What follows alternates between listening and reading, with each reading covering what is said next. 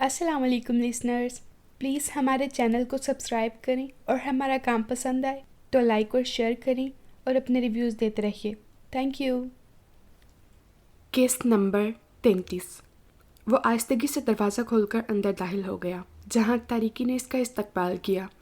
اس نے دیوار گرد پردے کے پیچھے الیکٹرک بورڈ پر اندازے سے بٹن دبا دیا۔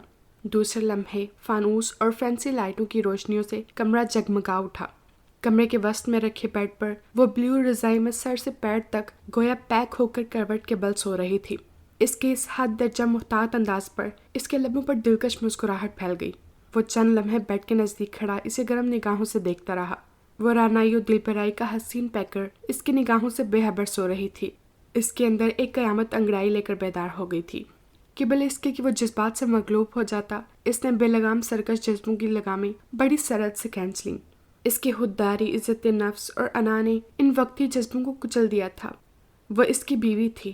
اس کی عزت، اس کی آن کوئی شکار کیا ہوا ہرن نہیں تھی۔ وہ اسے اس کی رضا سے حاصل کرنا چاہتا تھا۔ وہ وہاں سے ہٹ کر صوفے پر نیم دراز ہو گیا۔ وہ دانستہ اس کی طرف سے نگاہیں چرا رہا تھا۔ بے کلی و بے چینی نے اسے مضطرب کر رکھا تھا۔ وہ ریک سے ایک رسالہ نکال کر بیڈ کے سائڈ پر لیٹ گیا۔ اس نے اپنی تمام سوچیں، سارے محسوسات اس بزنس والے رسالے پر مرکوز کر دیے، اور اس کی یہ کوشش قدر کامیاب بھی رہی۔ اس کی ذہنی روح اعتدال پر آ گئی۔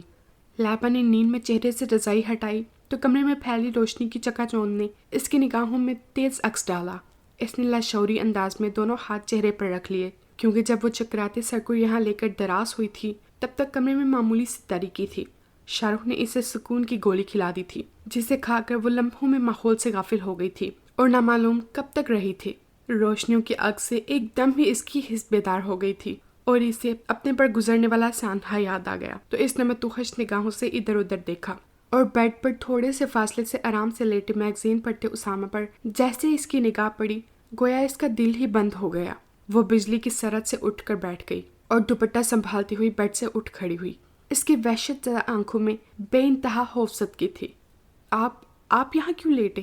سرمئی کاٹن کی خوبصورت سوٹ میں اس کا چہرہ معصومیت و دلکش لیے ہوئے اس حد تک جاذب نظر لگ رہا تھا کہ وہ متزلزل ہونے لگا۔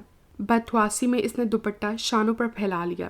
لمبے گھنے سلکی گولڈن براؤن بال اس کے اوپر پھیل گئے تھے۔ مستزاد اس کا خوف زدہ انداز۔ "I am your husband my sweetheart." Osama نے قریب آ کر اس کی کمر کے گرد اپنا مضبوط بازو ڈال کر خود سے قریب کرتے ہوئے بے خود لہجے میں کہا۔ چھوڑے مجھے۔ اس کی کمر کے گرد آہنی بازو کی گرفت تنگ ہوتی جا رہی تھی۔ گرم مہکتی سانسیں اس کے متوحش چہرے پر تپش کی طرح لگ رہی تھیں۔ شرٹ کے اوپری بٹن کھلنے کی وجہ سے کچھ گریبان نظر آنے لگا تھا۔ پوائزن کی دل فریب مہک سے اسے اپنا سانس بند ہوتا ہوا محسوس ہوا۔ اسامہ کا انداز اسے بکھلائی دے رہا تھا۔ "تمہیں چھوڑنے کے لیے تو نہیں اپنایا جان من؟" وہ اس کی آنکھوں میں ورفنگی سے دیکھتے ہوئے بولا۔ ٹوں ٹوں ٹوں قبل اس کے کہ اس کی بے خودی کوئی گستاخی بنتی، بیڈ کے قریب سٹینڈ پر رکھا فون اچانک جاگ اٹھا۔ فون کی تیز آواز اسے بھی خواصوں میں لے آئی۔ وہ اسے اپنی گرفت سے آزاد کر کے جھنجھلاتا ہوا فون کی طرف بڑھا۔ "Hello, wrong number." اس نے جھٹکے سے ریسیور کریڈل پر رکھ دیا۔ اسی ثنا میں لائبہ سنبھل چکی تھی۔ کاٹن کا بڑا دوپٹہ اس نے اپنے محسوس انداز میں اس طرح اوڑھ لیا کہ سر کا ایک بال بھی نظر نہیں آ رہا تھا۔ شاہ رخ نے کہا تھا آپ مجھے گھر ڈراپ کر دیں گے، پلیز مجھے ڈراپ کرائیں۔ اس کی طرف سے رخ موڑ کر وہ اپنی اتھل پتھل ہوتی دھڑکنوں اور چہرے پر چھائے ناگواری چھپا کر بولی۔ "ایسی بھی کیا جلدی ہے، چھوڑ آؤں گا ابھی، تم اتنا نروس کیوں ہو رہی ہو؟" وہ اس کے قریب آ کر بہت نرمی اور اپنائیت سے مخاطب ہوا۔ اس کی آنکھوں میں بڑی تکبرانہ و فاتحانہ چمک تھی۔ "میں گھر جاؤں گی فوراً، ماما انتظار کر رہی ہوں گی۔" اس کا رخ اور لہجہ نہیں بدلا تھا۔ "آج سے میں بھی تمہاری ذات کا حصہ بن گیا ہوں، میرا خیال نہیں ہے تمہیں؟ یہ تم مجھ سے چہرہ کیوں چھپا رہی ہو؟" وہ اس کے شانوں پر ہاتھ رکھ کر اس کا رخ اپنی طرف کر کے بولا۔ "Don't touch me." اس نے اس کے دونوں ہاتھ جھٹک دیے۔ بہت نفرت و حقارت تھی اس کے انداز میں۔ ایک لمحے کو وہ گنگ سا اس کی طرف دیکھتا رہ گیا۔ اس کی نگاہوں سے چھلکتی نفرت، چہرے پر پھیلی حقارت، مستزاد اس پر جس تحقیر و حقارت سے اس کے ہاتھ جھٹکے تھے، وہ لمحے بھر میں اپنی شگفتہ مزاجی مسرت و انضباط بھول گیا۔ اس کی مردانہ خود سری ہٹ دھرمی اوت کا رائی تھی۔ محبت و مروت میں وہ بخوشی اپنی گردن بھی کٹوا سکتا تھا، مگر اس طرح ذلت و ناقدری توہین و حقارت اپنے جذبوں کی کس طرح برداشت کر سکتا تھا؟ اب تمہارا یہ گریز بے معنی ہے. کچھ گھنٹے قبل تم مجھے ایسے سارے اختیارات دے چکی ہو. اب تم پر میرا اتنا ہی حق ہے جتنا کہ تمہاری ذات پر تمہارا. آئندہ تم کبھی اس انداز میں میرے جذبوں کی تحقیر مت کرنا. شادی ہوئی ہے ہماری، کوئی ڈرامہ نہیں. یہ شادی نہیں، ڈرامہ ہی تو ہے. ایک ڈھونگ، ایک فراڈ، اپنے کردار کو صاف رکھنے کی بیہودہ سازش. میں نے اس شادی کو دل سے قبول نہیں کیا اور نہ کبھی کروں گی. آپ نے ریوالور کے ذریعے مجھے بلیک میل کر کے زبردستی یہ سب کچھ کرنے پر مجبور کیا ہے. ایسے رشتے دلی وابستگیوں، پاکیزہ جذبوں کے احترام میں استوار کیے جاتے ہیں. جس مکان کی بنیادیں ہی دھونس، دھاندلی اور دھوکے پر رکھی جائیں، ایسا مکان کبھی بھی پائیدار اور دیرپا نہیں ہوتا. سرکش ہوا کا ایک ہی جھونکا کبھی بھی اسے مسمار کر کے زمین بوس کر دیتا ہے. ایسا ہی یہ رشتہ بھی ہے. وہ ہذیانی انداز میں چیخ کر بولی. بہرکیف جو ہوگا بعد میں دیکھا جائے گا. ابھی تمہارے حواس ٹھکانے نہیں ہیں، اس لیے تمہیں کچھ سمجھانا وقت کا ضیاع ہے. تمہارے حواس درست ہو جائیں گے، سوچنے سمجھنے کی صلاحیتیں بحال ہو جائیں گی تو خود تمہیں محسوس ہوگا. شادی بہرحال شادی ہوتی ہے. اگر تم یہ سب ڈرامہ سمجھ رہی ہو تو تم نے سائن نکاح نامے پر مذاق میں کیے ہیں یا؟ میں کچھ نہیں سننا چاہتی، وہ بے بسی سے بولی. اس وقتی حفظتی میں آ کر اس نے جو فیصلہ کیا تھا، اس کی سنگینی اور اپنی بے وقوفی کا احساس اسے اب ہو رہا تھا. اگر وہ مر رہا تھا تو مرنے دیتی. اس نے محبت میں نہیں، انتقاماً نکاح کیا تھا. بعد میں انکل اور شاہ رخ کو سب حقیقت بتا کر اپنی پوزیشن کلیئر کر سکتی تھی. اس کا صاف و شفاف ماضی ان کے سامنے تھا. وہ اس کی بے گناہی کا یقین کر لیتے. اف، میں اس حبیث فطرت شخص کے بہکاوے میں آ کر یہ کیا کر بیٹھی. پچھتاوے اسے کن چھری سے ذبح کر رہے تھے. Okay, all right. میں آج بہت خوش ہوں کہ آج بہت خوبصورت، اہم، یادگار خوشیوں اور کامرانیوں کا دن ہے. بہت خوشی کی انتہا اس بات سے بھی لگا سکتی ہو کہ تمام احتیاطات رکھنے کے باوجود تمہیں جانے دے رہا ہوں. میری جان، شادی شادی ہی ہوتی ہے، کسی بھی انداز میں یا ماحول میں کی جائے. اس کے معنی ملن کے ہی رہتے ہیں. تمہیں مجھ پر غصہ آنے کی بجائے میری قوت ارادی، قوت برداشت اور کشادہ دلی کا از حد ممنون ہونا چاہیے کہ میں تمہیں خلاف دستور اور روایت گھر چھوڑنے جا رہا ہوں. ورنہ اصولاً تو تمہیں. بے حد غصے اور ٹینشن کے باوجود لائبہ کے چہرے پر حیا کے دلکش رنگ پھیل گئے. اس نے سٹ پٹا کر نگاہیں جھکا لی، ساتھ ہی چہرہ بھی دروازے کی طرف پھیر لیا. اسامہ مسکراتا ہوا کبرڈ کی طرف بڑھا. دراز سے اس نے کچھ نکالا اور اس کے مقابل آ گیا. خوبصورت کیس میں سے اس نے گولڈ کا بھاری چین لاکٹ نکالا جس میں اس کے نام کا پہلا حرف یو ڈائمنڈ سے بنا جھلملا رہا تھا. اس کی دیدہ زیبی اور چمک آنکھوں میں کھب رہی تھی. اس نے دائیں ہاتھ میں لاکٹ لے کر اس کی سمت بڑھایا. وہ جو جذبس ہو رہی تھی ایک دم ہی پیچھے کو ہٹی. اسامہ نے ہاتھ بڑھا کر اسے اپنی طرف کھینچ لیا. یہ میں نے تمہارے لیے خاص طور پر بنوایا ہے. رونمائی ہے تمہاری، یعنی منہ دکھائی. تمہارا منہ تو اس وقت دیکھنے کے قابل نہیں ہے. بہرحال مجبوری ہے، نصیب ہے اپنا اپنا. یہ لاکٹ تمہیں باور کراتا رہے گا کہ تم میری امانت ہو. اس کے مضبوط پرجوش لہجے میں اس کی امنگوں، آرزوؤں اور چاہت کی پرزور مہک بسی تھی. لائبہ اس کی مضبوط گرفت اور پرجوش انداز میں کوئی مزاحمت نہ کر سکی. اس نے بڑے فاتحانہ انداز میں اس کی سفید شفاف گردن میں گویا اپنے پیار کے زنجیر پہنا کر عمر قید کر لیا تھا. اس کے تپتے ہوئے ہاتھ اس کی گردن سے مس ہوئے. وہ بدک کر پیچھے ہٹ گئی. اسامہ بھی اس بے اختیار فعل پر ششدر رہ گیا تھا. عجیب سی جھنجھناہٹ اور احساسات اس کے اندر وارد ہوئے تھے. اس کی زندگی میں زیادہ واسطہ صنف مخالف سے ہی پڑا تھا. اس نے حسین چہروں کو درہر اعتبار نہ سمجھا تھا. وہ ان کی طرف دیکھنا بھی اپنی توہین سمجھتا تھا. اس کا یہ اجتناب و گریز صرف اسی نے توڑا تھا.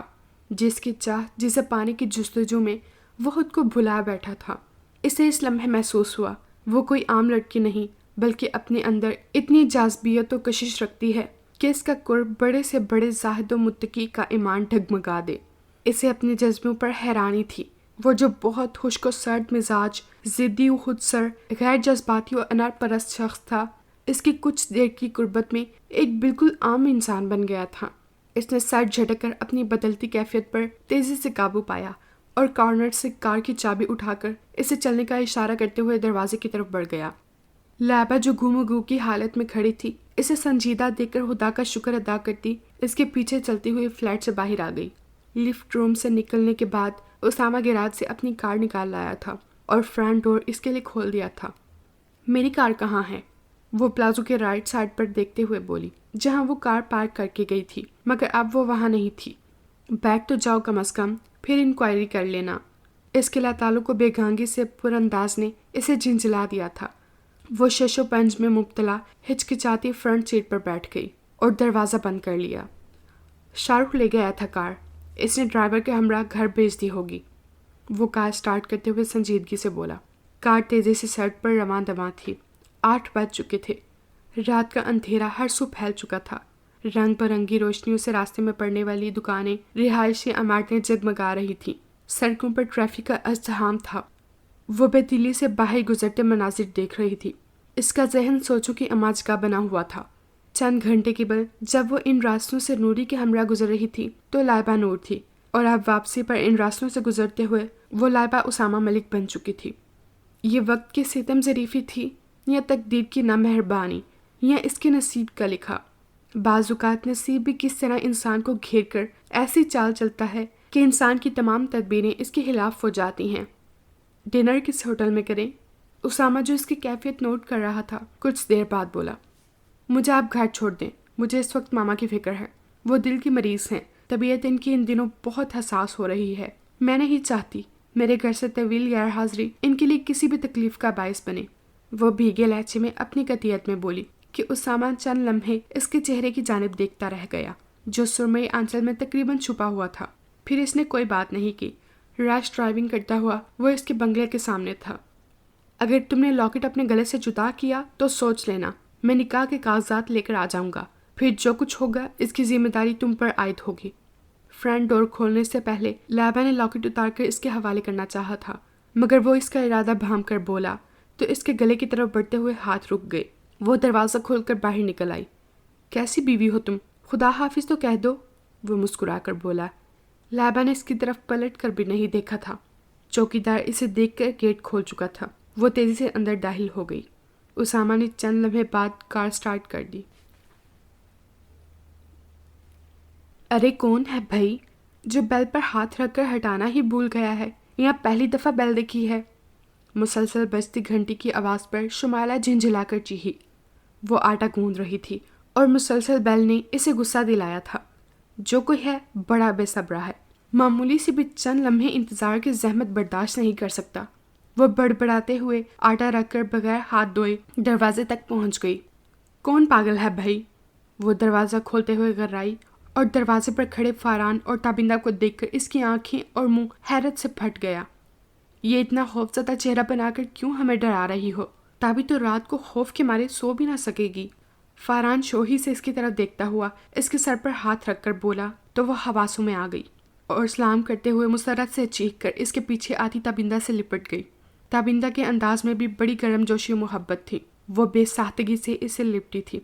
آنسو ہم درد و باوفا دوست ہوتے ہیں، جو خوشی میں بھی بن بلائے چلے آتے ہیں اور دکھ میں بھی پورا ساتھ نبھاتے ہیں۔ ملن کی اس خوبصورت گھڑی میں بھی ان کی آمد ہو گئی تھی۔ وہ دونوں ایک دوسرے کے گلے لگی بے اختیار خوشی سے بے قابو ہو کر آہستہ آہستہ آنسو بہا رہی تھیں۔ فاران ان دونوں کی محبت اور دوستی سے واقف تھا۔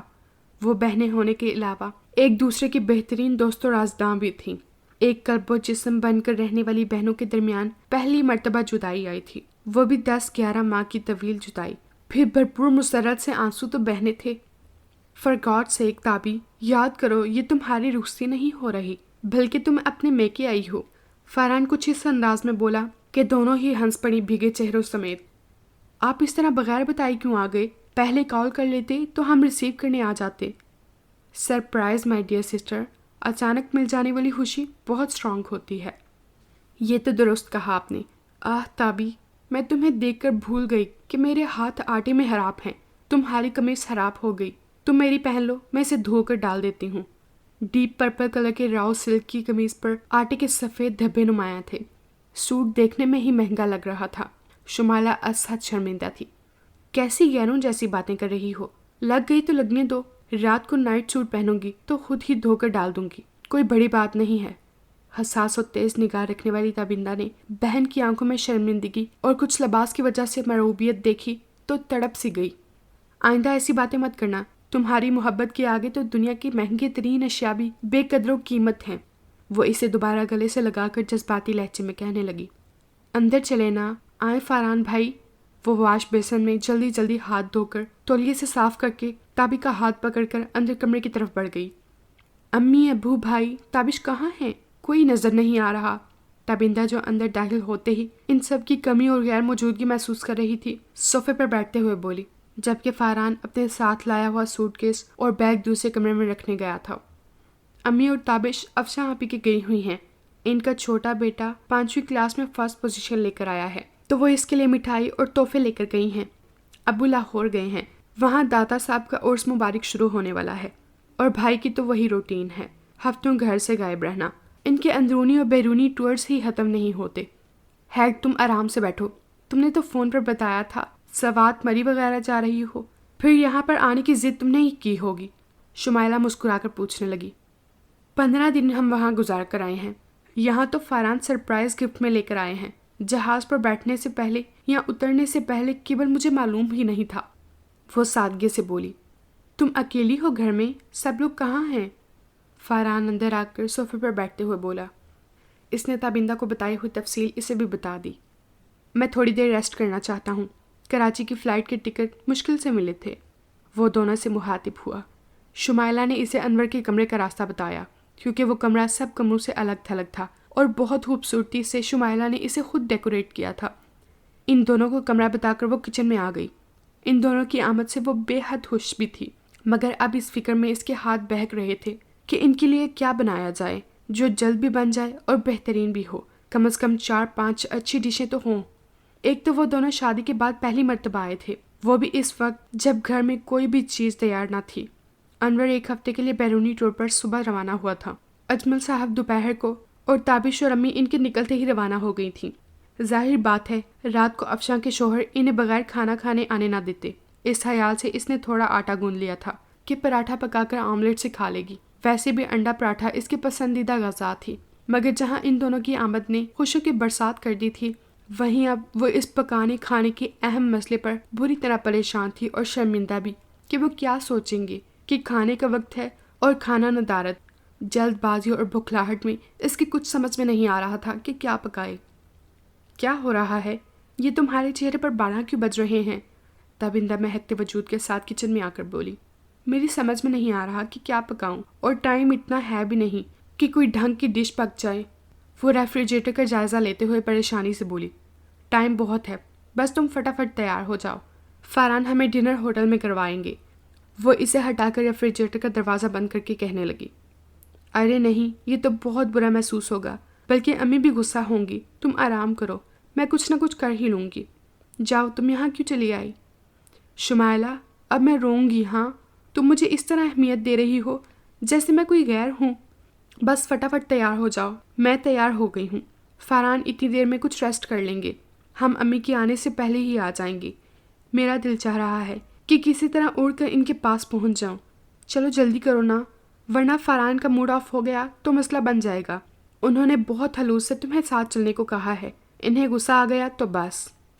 چلیں گے کس میں؟ شمائلہ الجھن امیز لہجے میں بولی۔ ارے بابا، یہاں کراچی میں کیا پرائیویٹ کاروں میں پابندی لگ گئی ہے؟ کسی بھی ٹیکسی کو ارینج کر لیں گے۔ شمائلہ کی بات پر تابندہ شوہی سے کھلکھلا کر بولی تو شمائلہ مسکراتے ہوئے اس کی طرف دیکھنے لگی۔ کتنی خود اعتمادی اور بے فکری سی تھی اس کے لہجے میں۔ ان 9-10 ماہ کے عرصے نے اس کی شخصیت ہی بدل دی تھی۔ جسم تھوڑا بھر گیا تھا، چہرے اور آنکھوں میں بہت آسودگی اور طمانینت کے دلکش رنگوں نے اس کے وجود کو پربہار کر دیا تھا۔ شمائلہ نے گھبرا کر نگاہیں جھکا لیں کہ مبادا اس کی نظر ہی نہ بہن کو لگ جائے۔